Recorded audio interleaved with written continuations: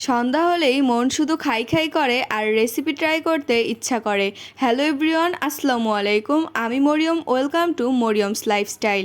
আজকে সন্ধ্যাবেলায় আমার অনেক বেশি ক্ষুধা লেগেছিল এবং ভাবছিলাম কিছু একটা বানিয়ে খাওয়া যায়। শর্টকাটে কিছু বানানোর জন্য আমি আলু পরোটা বানাতে চলে আসলাম। এই রেসিপিটাই আজকে আপনাদের সাথে শেয়ার করব। প্রথমে একটা বলে ময়দা নিয়ে তারপর পরিমাণ মতো লবণ দিয়ে ভালো করে ময়দার সাথে মিশিয়ে নিব। তারপরে অল্প অল্প করে ময়দার সাথে তেল এড করব এবং পরে অল্প অল্প পানি দিয়ে ভালো করে একটা নরম ডো তৈরি করে নিব।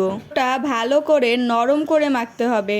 ডোটা মাখা হয়ে গেলে উপর থেকে একটু তেল দিয়ে ভালো করে মেখে নেব এবং এইটাকে কিছুক্ষণের জন্য রেস্টে রেখে দেব। আর এদিকে কিছু আলু সিদ্ধ করে নিয়েছি। এবার এই আলুগুলোকে ভালো করে ম্যাশ করে নিতে হবে।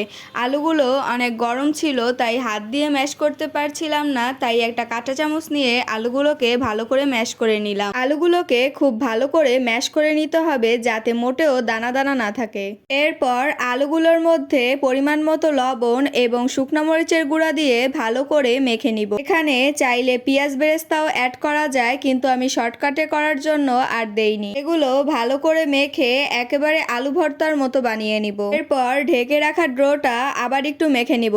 এবার ডোটা অনেক বেশি নরম হয়ে গেছে। ডোটাকে সমান মাপ করে 4-5টা খণ্ড করে নিব। একটা খণ্ড হাতে নিয়ে ঘুরিয়ে ঘুরিয়ে মাঝখান থেকে চেপে একটা বাটির শেপ দিয়ে নিব। চাইলে এটা আবার একটু হালকা বেলেও নেওয়া যায়। তারপরে এটার মাঝখানে আগে করে রাখা আলু ভর্তাগুলো দিয়ে দিব। তারপরে চারপাশ থেকে রুটি নিয়ে মাঝখানে চেপে চেপে একটু গোল শেপ দিয়ে নিব।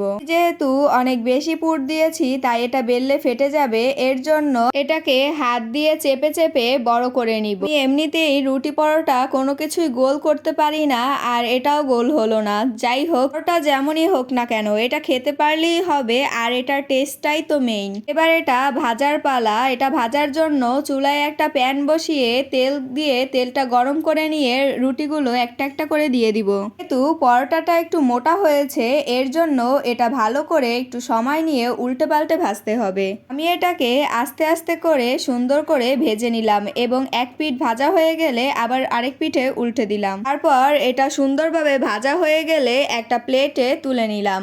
এরভাবে আমি সবগুলো একটা একটা করে ভেজে নিলাম। দেখতে তো এটা ভালোই লাগছে। এবার এটা টেস্ট করার পালা।